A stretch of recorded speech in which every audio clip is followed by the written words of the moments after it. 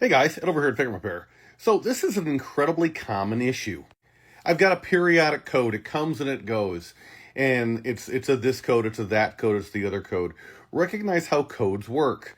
So the ECM, what the ECM does is it goes ahead and it watches and it says, hey, this is out of band for me, whatever it is, and it's out of band for me in this particular moment.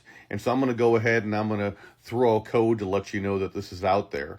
And then as soon as that moment goes away, the code might go away. And so if you've got things that are failing, they're not failed, right? They're in the process of going out. This is what you're going to get. You're going to get intermittent issues.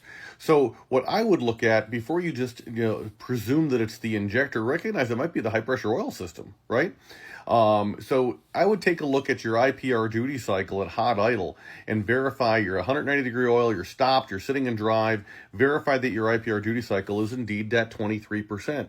So if it's to 23, perfect. If it's closer to 30, maybe you've got a high pressure oil system problem and you want to go ahead and do an air test using this tool right here, right, where it actually threads into the IPR valve, where the IPR valve goes. We can hook you up with a specialty socket to make that happen as well on FICMRepair.com, and you can see what's going on. But if your problem truly is the injector, then by all means, we can hook you up with either a replacement singular injector or a whole bank of injectors, or if you want to upgrade, as your comment is saying here, we can hook you up with all 8.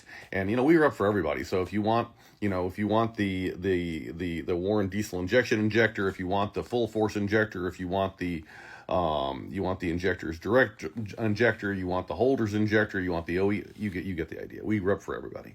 So whatever you need, we got you. We haven't been beat on price in like 15 years. We price match for 30 days after the sale.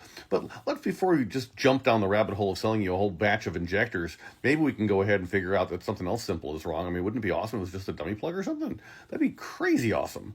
And that way we can keep you on the road and not empty your 401k in the process. Now, are there other things you should do while you're up in there? If it turns out that it's an injector, there's some overlap. Yeah, probably. You should probably do dummy plugs and standpipes if you haven't recently. You should probably do the